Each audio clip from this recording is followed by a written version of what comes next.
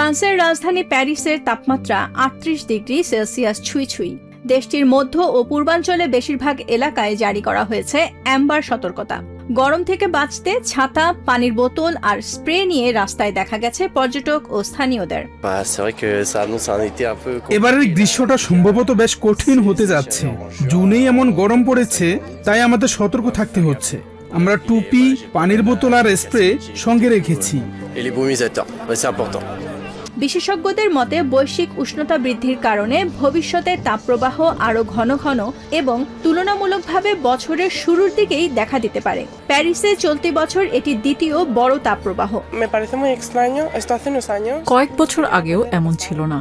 June মাসের জন্য এই গরম অস্বাভাবিক। ঘাম ঝরছে, শ্বাসরুদ্ধকর পরিবেশ। জলবায়ু পরিবর্তনের প্রভাব আমি স্পষ্টভাবে অনুভব করছি। ইটালির ফ্লোরেন্সেও তাপমাত্রা ৩৮ ডিগ্রি সেলসিয়াসে পৌঁছানোর আশঙ্কা রয়েছে।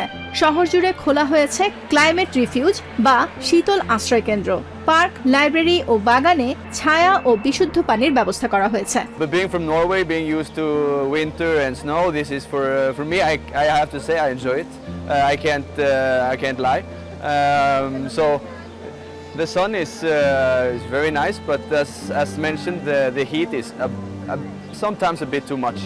It's quite insufferable, and we know heat. We come from India. It's getting hotter over there as well, and I did not expect it to be so hot so soon in Italy. So while we are enjoying Florence, it could have been cooler. অন্যদিকে জার্মানিতেও বছরের অন্যতম উষ্ণ দিন পার করছেন বাসিন্দারা। Dortmund চিড়িয়াখানায় শুধু মানুষ নয়, গরমে কষ্ট পাচ্ছে প্রাণীরাও। গন্ডারদের জন্য কাদায় পুকুরে পানি ভরা হচ্ছে, আর ওরাং ওটাংদের দেয়া হচ্ছে অতিরিক্ত পানীয়। কিছু প্রাণী গরম উপভোগ করে, আবার কিছু প্রাণী পানি বা কাদার সাহায্যে শরীর ঠান্ডা রাখে।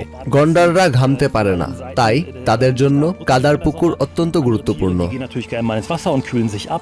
ফ্রান্স, ইটালি ও জার্মানি জুড়ে তাপপ্রবাহের এই চিত্র ইউরোপে জলবায়ু পরিবর্তনের ক্রমবর্ধমান প্রভাবের আরেকটি সতর্ক সংকেত হয়ে উঠছে। আবহাওয়াবিদরা বলছেন, সামনের দিনগুলোতে পরিস্থিতি আরো কঠিন হতে পারে। Nahid Sihan, TVN 24 news desk.